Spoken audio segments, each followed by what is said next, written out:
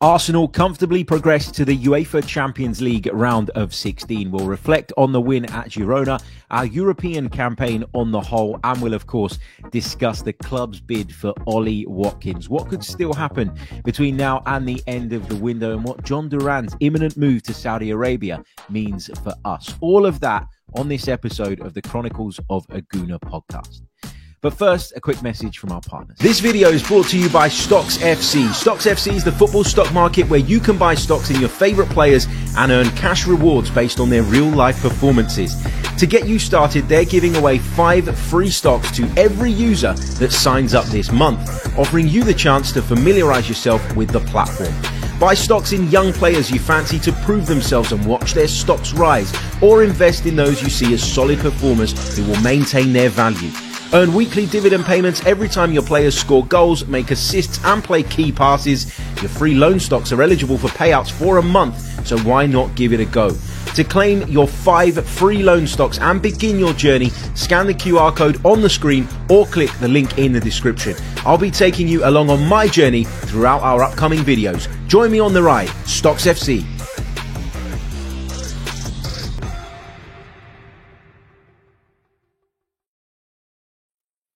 Hey everybody, how's it going? Welcome back to another episode of the Chronicles of a Gooner podcast, where I'm delighted to say that I'm joined by the brilliant, the one and only Mike Stavrou. Mike, you look cold, mate. Have you not turned the heating on? Like, just switch it on. What's going on?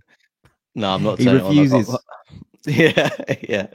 I got my bill through the other day, and it was way too high. So I'm gonna have a few days of coldness and going to the office. So I'm turning it on.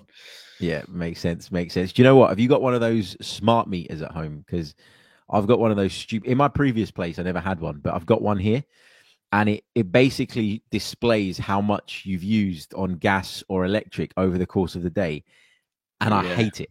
I've turned it around so that it faces the wall so that I don't see it. I'd rather just not know. That's how crazy the energy prices have gone. But that's not what we're here to talk about. We are here to talk about the Arsenal, and we're going to start off, Mike, with the 2-1 win in Girona, courtesy of goals from Jorginho from the spot and the brilliant Ethan Nwaneri, who we're going to get onto in a little bit. Just your kind of overall thoughts on the victory last night. It felt to me like more of a hindrance than a game that we actually wanted to play. I don't know. You know, we were in a really comfortable position anyway. I know the victory consolidated that third spot for us, but it was one of those games I found it quite difficult to get up for as a supporter. But we got the job done, right? Yeah, I think it was weird because it was set against the backdrop of quite a few, maybe not exciting games, because I don't think there was loads of exciting games, but definitely more exciting than our one. And also like actual jeopardy for teams like City and PSG. Didn't last long, that jeopardy. But yeah, like having all of those games on at once is kind of like the final day of the season when you've got Everton at home and you're not really playing for anything. You've missed out on the top 4 and you're just kind of playing that game out. So there was a bit of jeopardy for us, but I think there had to be something like a 14 goal swing for us to finish outside the top 8. And I know we'll come on to talk about potential opponents later, but it could have been potentially a lot worse for us if we finished slightly lower down in 5th or 6th. So yeah, jeopardy wasn't massive. I think that played out in the team selection and the game itself. Girona obviously were out already, so they had nothing to play for, just pride. And they've not been great this season. They've lost a lot of their key players. They hadn't scored since match day 3 in the Champions League. So I think it just kind of culminated in this game where we were just hoping to get through it, get the win, obviously keep that momentum going, but rotate the team, rest the team, and the key players. And I think if you look at it through that lens, it was job done, right? Yeah, absolutely. It was a professional display, professional performance, I think. And also you mentioned the other games going on, which I certainly think impacted sort of my enjoyment of the game, because I did have one eye on other matches and the table and the way it was evolving, etc., etc. But I also think, and we're going to talk about this at length later, so I don't want to dive into it just now, but I also think that the Ollie Watkins news that broke shortly before kickoff, I think that served as a distraction as well, didn't it? Because we're at this stage in the window now where we're all desperate to see action and we're all desperate to see Arsenal move forward with something. And then something like that drops And then, like 5 minutes into the game, we get another update from David Ornstein, which is probably not the update that people wanted. And therefore, I don't know about you, but I felt like that maybe took the wind out of my sails. Let's talk about the Girona game. Let's get it out of the way. I'm sure people were far more interested in the transfer talk, so we will get to that. But Neto made his debut in goal. You mentioned the rotation and Arsenal sort of shuffling the pack a little bit. What did you make of Neto's debut performance? A few hairy moments, to say the least. I mean, what was he doing for that goal? I can't really explain it, because I think, like, obviously Danjuma is a very quick player, and the run that he's making, he's going to have, he's going to be bearing down on goal, but you don't make sort of like an empty net for him. And it's one of them keeper situations where it just looks so weird, like almost weirder than the Erling Haaland one from the weekend with Robert Sanchez, because you've seen that a lot where keepers sort of misjudge it, and there's a long ball, they kind of come out, second guess and then chase back. But Neto's positioning, like so far to the near side, was just bizarre. Like, I don't know what he was thinking, really. So and then the dive, the dive when he was outside the box. Yeah, I'm lost for words, man. Like, it was bizarre. I've not seen anything like that. Yeah, it was really poor on Neto's part. He also had that moment earlier on in the game where he lost his footing and almost was dispossessed, sort of, in a really, really dangerous area. I think I want to give Neto a bit of leeway because of two reasons. First of all, I thought he was quite good at Bournemouth, so I'm not going to write the guy off straight away. But also, I think you've got to factor in that he hasn't played for Arsenal yet. This was his debut, and we're talking about the guy making a debut on January the 29th, right? So it's been a long time since he's played in a competitive environment. I don't know that he's ever played in the Champions League before. I could be wrong, but I don't know that he has. So did the occasion play a part? Did that sort of overwhelm him a little bit? And I'm sure there was a desperation on Neto's part to impress, having been on the sidelines for such a long time and having had such few opportunities. I think he was desperate to come in and make an impact and try and show Mikel Arteta that he can offer a lot of the same things that David Raya can, i.e. play a bit like a sweeper keeper, get the ball at your feet, be confident in your passing, be an option for your defenders. On that goal, I thought Danjuma's run was really, really clever because he drifts so far wide that Thomas Partey just loses track of him. And actually, I think Jakub Kiwior steps out a little bit too early from the defense, which also creates that channel for Danjuma to run into. But you're right, the dive was the most bizarre thing of the lot. Like, what was he going to do if he saved it? Because he definitely tried. Like, he could be sent off. And then it's... Yeah, he's getting sent off, yeah. It's mad. Yeah, I mean, absolutely yeah, mad. Talking about Jakub Kiwior, I mean, you see the huge drop off when Saliba's not there, because I don't think that happens if Saliba's in the team, because they're, the back line is way more organized, way more in sync with each other, and there's not that gaping hole. Because we're used to seeing that as Arsenal fans. We used to play a high line with Per Mertesacker and Laurent Koscielny, and we used to get that goal used to happen at least 10, 15 times a season, where it would just be a sort of ball in behind. There's so much space. So, we're used to that as Arsenal fans. And yeah, it was a bit shocking to see. But I don't know about you, but because of all the reasons I listed earlier, I wasn't sort of tearing my hair out when that goal went in. It was kind of like, it was a bit laughable in a way, because it, as I say, that the jeopardy wasn't there. And I think, like, I know we'll get onto Champions League as a whole shortly, but kind of like the Champions League for me has been a bit of a palate cleanser. Like the stress and the anxiety that comes with playing in the Premier League and the quality level. Having that Champions League game every so often is a really nice chance to just relax a little bit, because the quality of opposition isn't as tough, and there's maybe not so much riding on every game because there's 8 of them. So yeah, but yeah, in terms of Neto, look, it's his first game. I doubt he's going to play again for us unless, touchwood, David Raya gets injured. So yeah, he's cup tied as well. So obviously didn't play in the cup, which was a key thing. We signed a cup goalkeeper who was cup tied. Brilliant business, that. Yeah. But yeah, I guess we should be talking about that a little bit more because he's taken up a loan slot, a Premier League loan slot. You know, did they envisage that this might be a problem further down the line? I don't know. Obviously, that we had a problem at goalkeeper, but could we have got someone permanently? I don't know. I'm guessing that'll be a problem they try and fix in the summer. But Yeah, I'd assume so as well. I'll give him a pass, Neto. It was his first game for the Arsenal.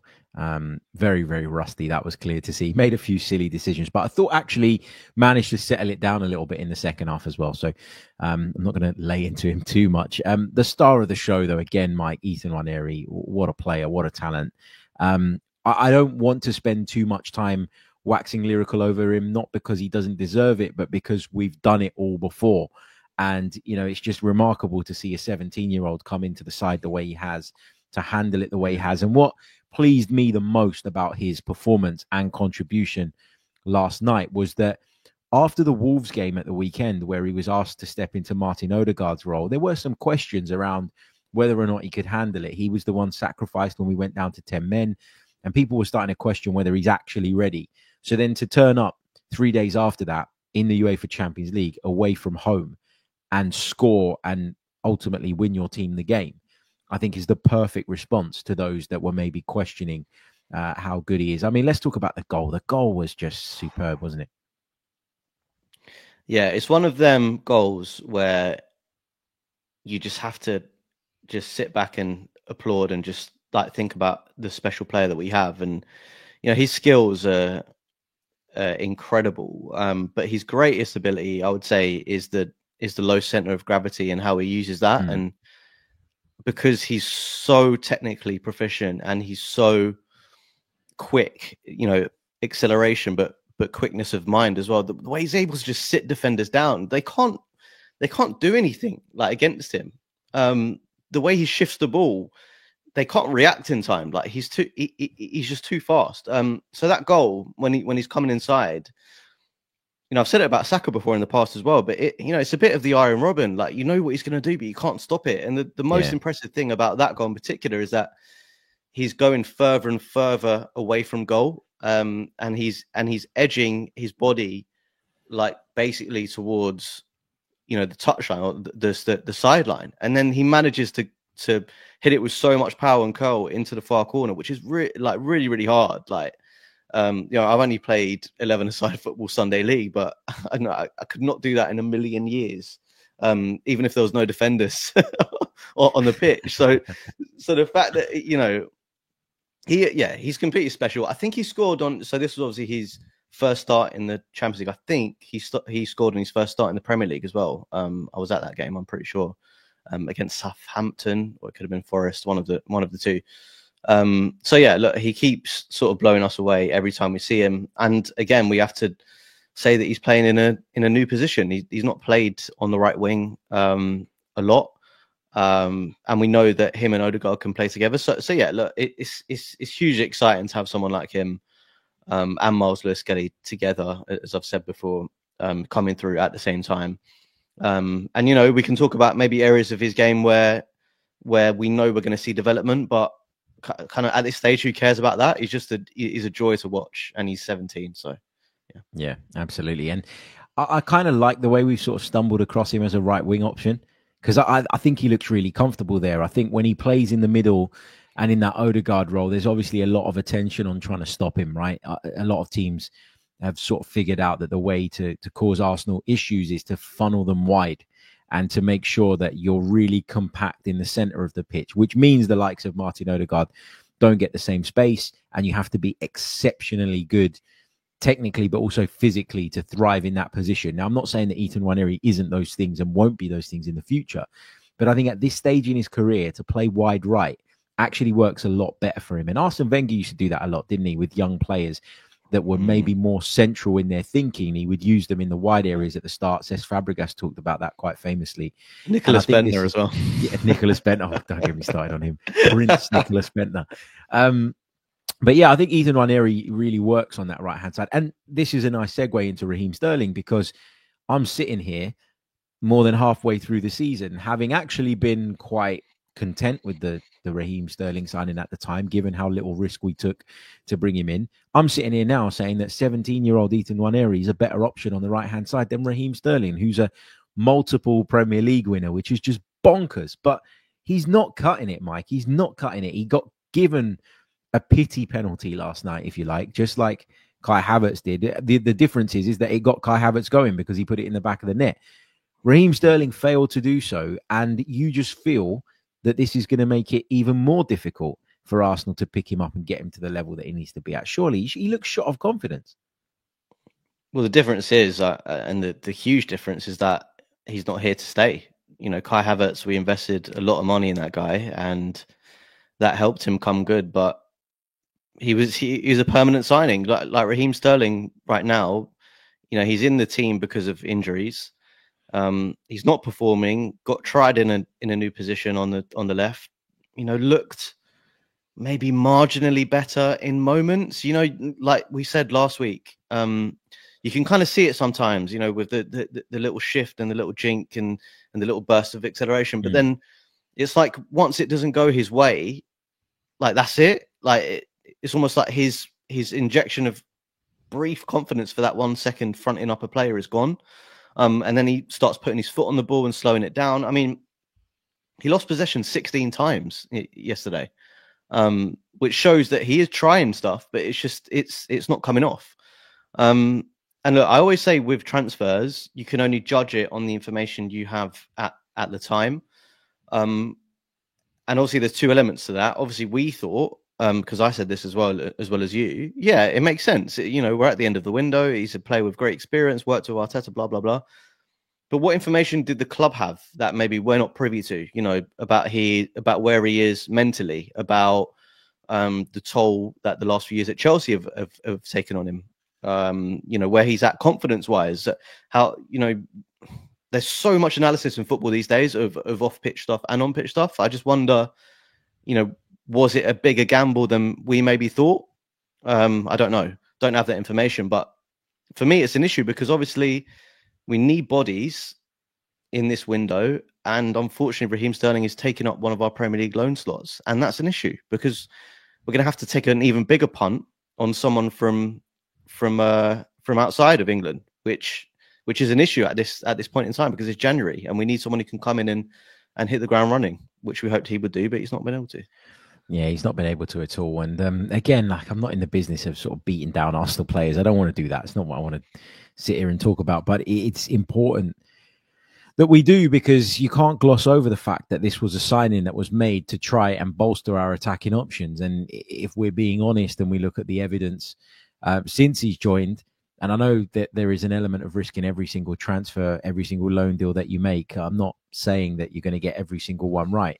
But this one has gone particularly badly, I think, in terms of the minimal impact that he's been able to have. And, you know, at the time when the deal was done, people were looking at it and saying, well, we clearly had other priorities. We weren't able to get those players over the line. Raheem Sterling felt like a market opportunity. We took that opportunity. But because of his previous with Mikel Arteta, because of his existing reputation, actually there was a good chance of him at least contributing something. And at the minute, he's contributed nothing, if we're being honest. And I'm not even just talking about goals and assists.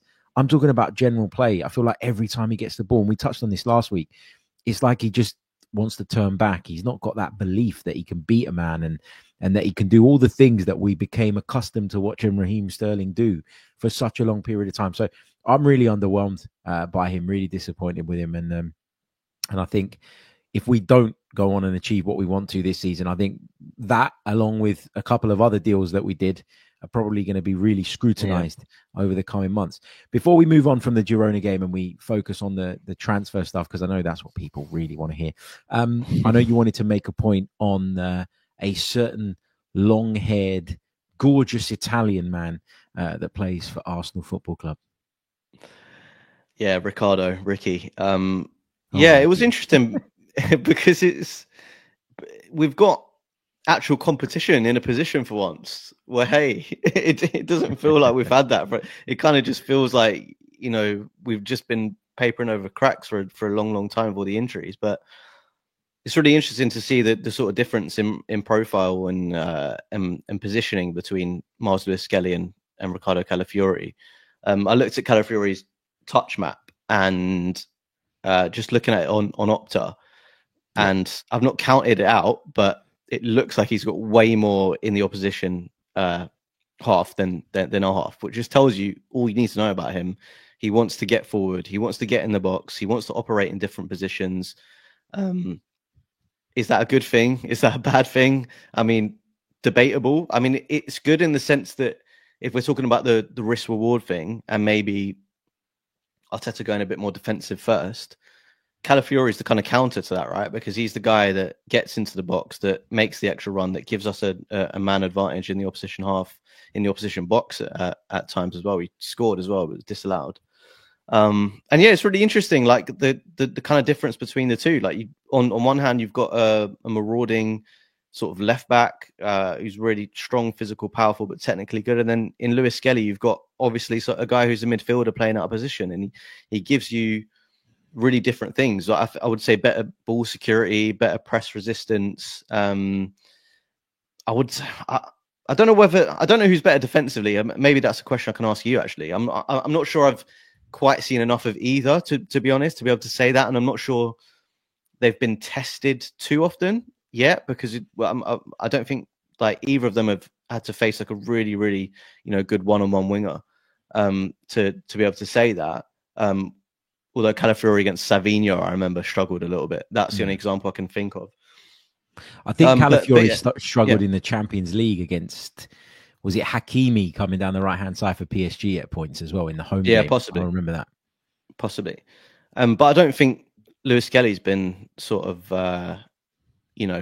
been beaten off down the right-hand side. So yeah, it's a really interesting dilemma to have, I guess. And obviously I'm extremely glad that Miles Lewis-Skelly got that ban rescinded, because I think he'll keep the shirt. I think he deserves it because of the performances he's put in, the kind of affinity he's built with Arsenal fans already, and his personality really shines. So he's got that, and I can't see Arteta dropping him in the Premier League. But it's really nice to have that sort of those two different options in the team. Yeah, absolutely. And on the point about who's better defensively, I think they're actually both quite secure defensively. I think when Calafiori looks unsecure, it's not because he's a bad defender. It's because he's gone roaming into an area that maybe he shouldn't have, and therefore he's starting from a position of disadvantage and is having to try and recover. I think if I think about the times where I've looked at him and watched him get caught out, that's generally been the case. I really trust Miles Lewis-Skelly as well, though. I think they're both fantastic players, and we're obviously very, very lucky to have both of them. You mentioned Calafiori getting into the box and scoring goals, or getting in and around the box. I love that about him. Like, he was so unlucky to be, well, it's not unlucky. He should do better, but obviously he was caught offside yesterday. But the finish, like the balls on the guy to literally just get into that position from left back and just put it through the keeper's legs. Like the balls on him to have that shot at Manchester City earlier in the season. The quality that he showed to score at Wolves at the weekend. He's just someone that really can impact in the final third. He's almost like, I said it on my watch along yesterday, it's like he's a striker stuck in a defender's body. It's like the striker is trying to get out. And every now and again that comes through. In terms of our Champions League campaign on the whole, very, very positive. 6 wins from 8. I don't know about you. I'll get your thoughts very quickly on this, Mike, because I do want to move into the transfer stuff. But do we look better equipped for a longer run in the Champions League this year? Because I feel like the format has worked for us, but obviously it goes back to the old ways now because we end up in a knockout competition. And so maybe the format and the impact that has is done for now. Yeah, I think the format has helped us and hindered us in different ways. Obviously, having more games to play is not ideal, but I think, as I mentioned earlier, what it has done is enable us to, rotate the team, in places, obviously not earlier on, but it's just made us see like a different side of the team. Because I think with the Champions League and what's so different to the Premier League, firstly, the Premier League is essentially like the Super League these days. It is the strongest by far. It's so competitive. You'll have a tough game against teams in the relegation zone because of the quality of manager, the quality of recruitment, players, all of that. And it's difficult because they're so tactically smart and they've played us many, many times. So they know how to, defend against us. And I always saw it as a kind of turning point a few years ago, the Newcastle game, when they worked out that if you double up on our wingers, you really stifle us because all of our play essentially comes down the wings. And teams have learned that. And, we've had really tough games against teams in the bottom half because they know that if you stifle us down the wings, we're going to be limited to crosses. We're not great penetrating through the middle. When you go to the Champions League, it's completely different because the majority of these teams are top teams in their division. So when they're playing their league games, they are the dominant force. So they want the ball. They want to dominate you. And although teams, come up against us, and we're obviously at a higher level generally, they will slightly change that. But you can still see it. Like even Sporting, we absolutely smashed them because they played into our hands. And you don't get that in the Premier League. So I think it's nice to have that sort of balance. And I think that's why it's kind of suited us. And overall, you've got to say it's been a pretty impressive campaign. To come third is really good. And I'll just complete that point that I was making earlier. Obviously, we can face Milan, PSV, Feyenoord, or Juve. If we finish 5th or 6th, which is only a few points different, it could have been Madrid, Bayern, Celtic, or City. So those few extra points have been really, really helpful, and could see us through to the quarterfinals, or should do. Should do. Yeah. You're right though. You're right though about the Champions League and the different challenges that it brings and stuff. And I think that's a mentality thing. So when you play in the Premier League against for example, an Everton, right? Everton know their place in the Premier League and they know that Arsenal are superior. Therefore, they come and they're quite happy to completely throw their norm or their plan A out of the window in order to apply a plan that they think will get them a result. That's a mentality thing, right? They know their place in the league. You then go into the Champions League and you face the best teams from other countries. So you mentioned Sporting, and as an example, Sporting are the best team in Portugal. It must be very, very difficult for a Sporting coach to be able to give one message every week: we're the best, go out and play our game, and then turn up in a Champions League game and go, actually, let's batten down the hatches and just defend. Yeah. That's why you get what you get in the Champions League, because the mentality is we're the best in our country. We're taking that into Europe. And then to try and change that and focus on being defensive and focus on stifling the opponent first and foremost, it's a very difficult mindset to switch into. So I think you make a great point, and that's definitely the case in the Champions League. You mentioned who we'll be facing. Milan, Eindhoven, Feyenoord, or Juve are the 4 teams that we could face. But then that next, I think from looking at that UEFA table, that next group of teams that you mentioned is who we would play the winner of in the next round. So yeah, it's all mapped out. If you go on the UEFA website, you can have a good look at it. Right, shall we talk some transfers then? I know that's what everybody wants to hear.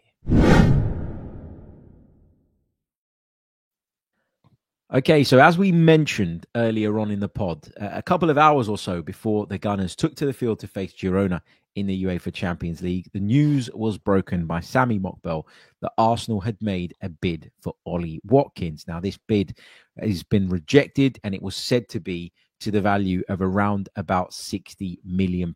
David Ornstein came out 5 minutes into the Girona game, which was annoying for me because it took all the wind out of my sails. I mean, he could have waited till half-time or something.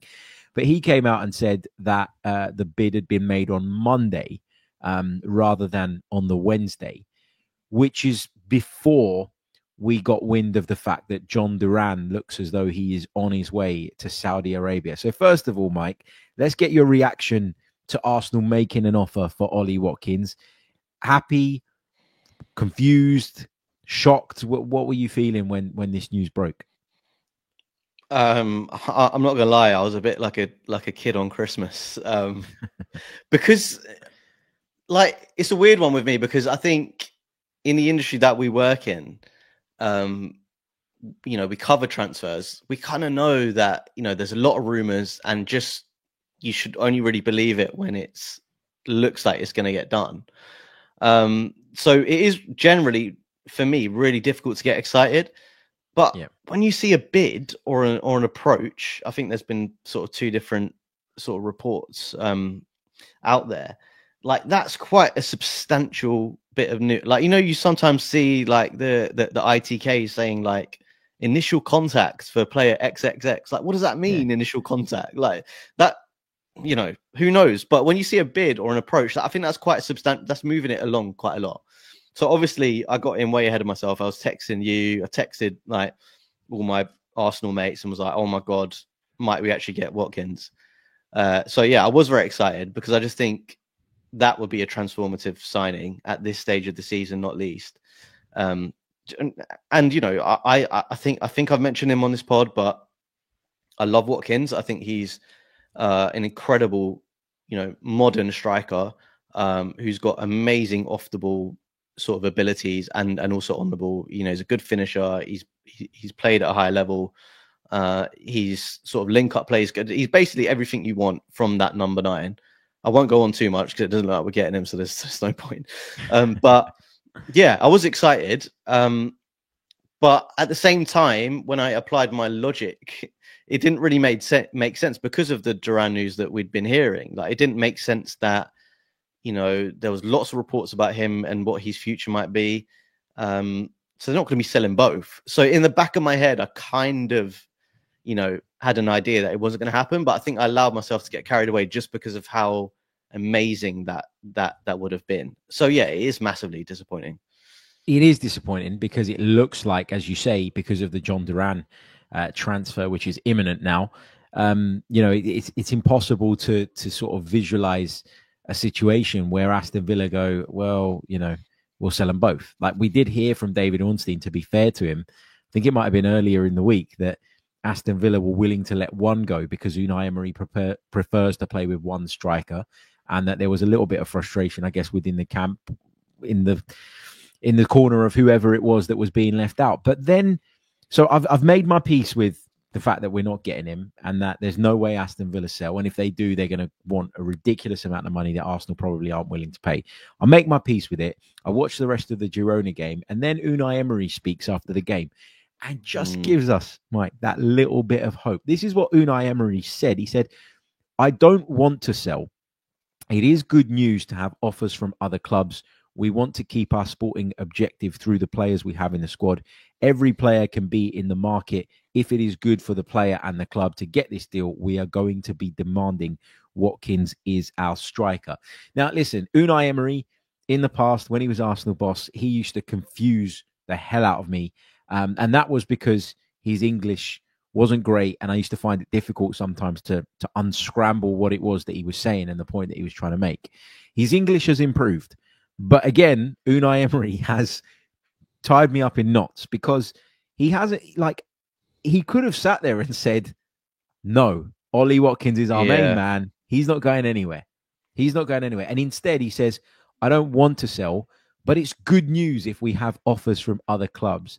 And then he says every player can be on the market if it's good for the player and the club. Basically saying if the price is right, you can go. And then he doesn't say we're not selling him, or we're keeping hold of him, or there's no way that Ollie Watkins leaves within this window. He says, to do this deal, we're going to be demanding. So he's basically saying we're going to want a lot of money, but we're not closed off to it. Now, am I reading too much into this? Is this my excitement getting the better of me? Is this just Unai Emery being Unai Emery and tying everybody up in knots with his words? Is that what this is? It's kind of really hard to get what he means by that, because like I think managers, they can either like straight bat something and say, I'm not talking about transfers, I'm not talking about this player, he's our player, he's an Aston Villa player. I'm not sure whether Emery is doing that like I might have first read it, or now you repeat the phrase. Is it just one of those things that maybe, like managers, they're kind of pre-programmed to say things, like they'll have like a few variations, but it's like every player's available, blah blah blah. It's like that kind of thing, and he'd say that about any player that they have. Very like non-committal, right? Exactly. It's like he's trying to just be really non-committal on anything. Yeah. It's like that PR response. It's like if someone asks you X question, you reply with X. It kind of feels like it could be that, and obviously, like our thing as Arsenal fans is to read in every single little thing in so much detail that maybe we construct in our minds that he's said that he's open. I mean, the kind of thing that kills that notion is obviously that Duran looks like he's going, so they're not going to let Watkins go. They've signed Donyell Malen, but he's not a replacement for those two. I don't think so. It'll be really difficult. I mean, like you say, like the interesting thing is that we made an approach, and it is interesting because reporting's like really, really, really tricky, and it's kind of hard for us to work out like exactly where things stand. But Sami Mokbel said bid. I just read David Ornstein's piece from this morning, and he said made an approach. So I don't know whether like is that just semantics? I don't know. Like is that just because it kind of seems strange to me from the outside before. It's like, but why would Arsenal bid if they didn't think that there was a chance of getting him? Do you know what I mean? Like why would they do that? Well, let me play the cynic for a minute. Now, this is not my opinion, but let me play this card for the purpose of the debate, because I think this is an opinion that a lot of people hold at the moment. And a mate of mine who's not an Arsenal supporter actually sent me a message this morning saying this is exactly what he thinks Arsenal are doing. And he's got no skin in the game. Some would tell you, the cynics would say, that this is Arsenal's way of showing the fans that they're trying, knowing that it's very unlikely that they'll get Ollie Watkins in, but putting themselves in a position where come the end of the window, when they inevitably don't get him, they'll be able to say, well, we only wanted to move for a primary target. Ollie Watkins was that. We tried. We couldn't get it done. Sorry. And do you remember we did this with Douglas Luiz as well when he was at Aston Villa, where we made really late bids that were nowhere near what Aston Villa were going to accept. We didn't get it done, and then it was like, well, we tried. So, I'm not saying that this is what Arsenal are doing, but it feels it's one of two things, right? It's either that, which is I accept very, very cynical and maybe even unlikely, a little bit far-fetched perhaps. It's either that, or Arsenal have had some kind of encouragement from maybe Ollie Watkins's people or somebody working in the middle that actually there's a deal to be done here, because you don't go through, I don't think, the embarrassment of having a bid rebuffed if you don't think that there's a chance. And what you might be doing is causing that sort of conversation to spark into life. Maybe you're trying to bring Aston Villa to the table. Maybe you're trying to turn the player's head, in which case, if he's pushing all of a sudden 60 million quid for a 29-year-old who's pushing to leave, doesn't look that bad from a Villa point of view. Is that what Arsenal doing? Are they playing a bit of a game here? I just don't know, but I would love him to join, because I think he's a signing for the here and now and not a signing for the next 4 or 5 years. But if you get Ollie Watkins in and then revisit the striker market in a couple of summers, is that the worst thing in the world? Probably not. Yeah, it is strange, because I think if Duran sort of wasn't a player in this, I would say, maybe they were just thinking, this is the money that we want to spend in January. Things might look different in the summer. We're just going to offer, I think, what was it, 60 million? Correct me if I'm wrong. That the supposed bid's meant to be. This is our upper limit. He's 29 years old. Let's just give it a go. But because of the Duran stuff, and because how unlikely or impossible even it would make it for them to let him go, that's the part I don't get. I mean, your cynical theory, I'm not sure, because what if they call your bluff and then you're like, oh, I don't really want this player. I was just kind of doing it for a bit of PR. I'm not sure. I'm not sure that's what you were saying, but I know what you mean. It's kind of like, oh, we tried. I'm not sure about that. But what I do know is that it is imperative that we get someone in. And it came out of the blue massively that it might have been Watkins, because I don't think any of us were prepared for like a permanent deal to happen, really. Like, I don't think any of us were in that mindset where we thought, that could happen. I mean, maybe if it was Sesko or something, and we know that's been a long-term target and that's been moved up to January from the summer, maybe. But Watkins, it just came out of the blue. So I think that's why we're all sort of theorizing, trying to think, oh, what could it be? But it's tough to know the real answer. So does this tell us then, at the very least, that Arsenal do have money to spend?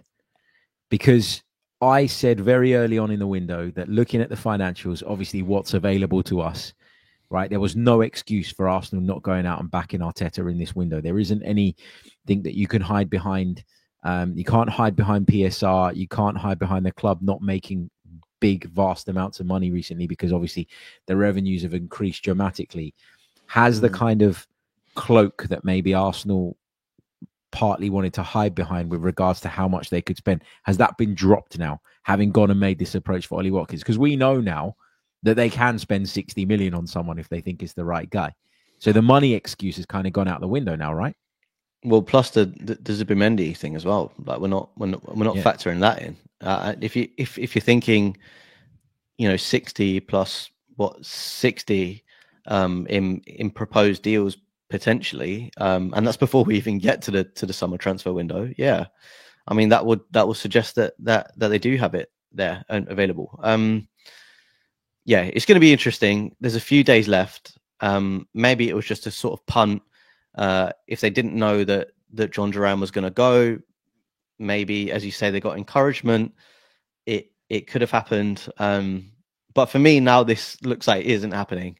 I just want the window to be over, because it's just like it's just torture, isn't it? Yeah, because it's like even having that excitement of thinking, oh my God, like we could sign Ollie Watkins, like he might, because what that could do for our season, but also our, the next few seasons. And I know some people are saying, oh, he's 29.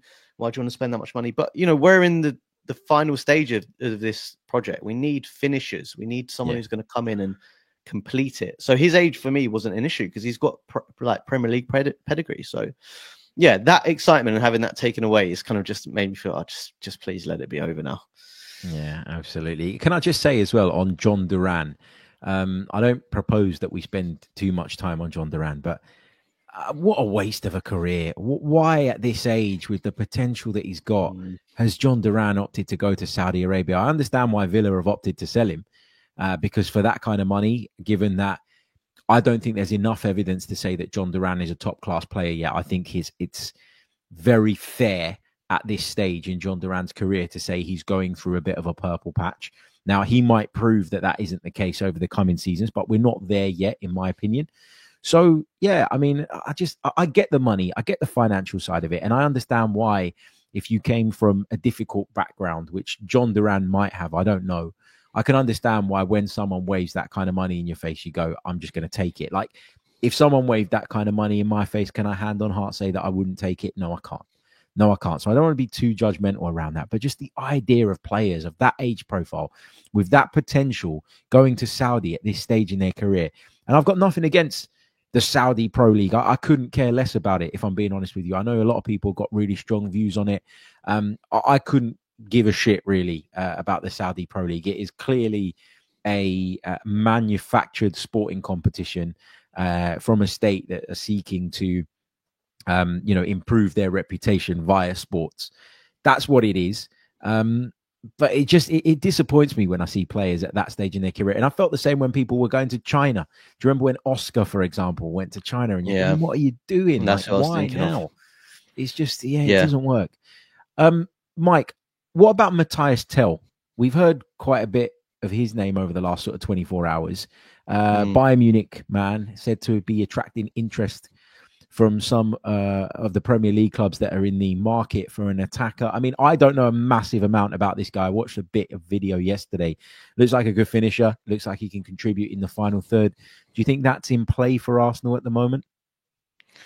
I mean, I think we're in that stage now. Last few days of the window, it looks like most likely the easiest thing to do, or not easy, but easiest, is to get a loan, potentially with an option to buy to kind of sweeten the deal for us. But yeah, I think it makes sense. When I had a quick look at the numbers, and his numbers last season were kind of weird because he made 30 appearances, but only 6 starts. But in those 6 starts and 30 appearances, 7 goals, 5 assists, which is not bad. Obviously, we're talking about this season. He's only made 2 Bundesliga starts. So his data is massively skewed, but the kind of things he popped up in, I think, would be kind of interesting for us. So he ranks really highly for shots per 90, 3.57 per 90. That's in the 93rd percentile, so top 7%. He's really good in aerials won.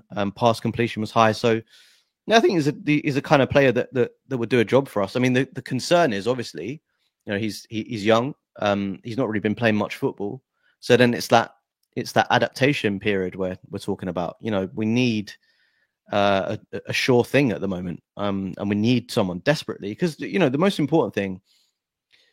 Maybe the league is going to be too difficult. That gap's going to be too difficult to overcome, and with our inconsistencies. But mostly, we need to just protect our players a little bit. Like we've spoken this season consistently about Kai Havertz's minutes. Like it's worrying. Like it's worrying that he has to play every game because there's no option. And judging by Leandro Trossard's performance last night as a false nine, I wouldn't be wanting to start him in the Premier League personally. So we're really limited. So at the base level, it's about just offering these guys some rest. Like Kai Havertz needs rest because if you look at it, there's no games now until the end of the season where that's going to be possible. We're out of the two domestic cups basically. I can't see us coming back against Newcastle. The Champions League. Don't be so pessimistic. you think we're on? No, I don't. But I'd like to believe that we're in it. We're obviously through to the knockout, so you can't, rest there. So it's difficult. Like we need basically a really strong starting 11 for the rest of the season. So we can't afford to bring someone in who is going to potentially not be at the level that we require. So it's tricky.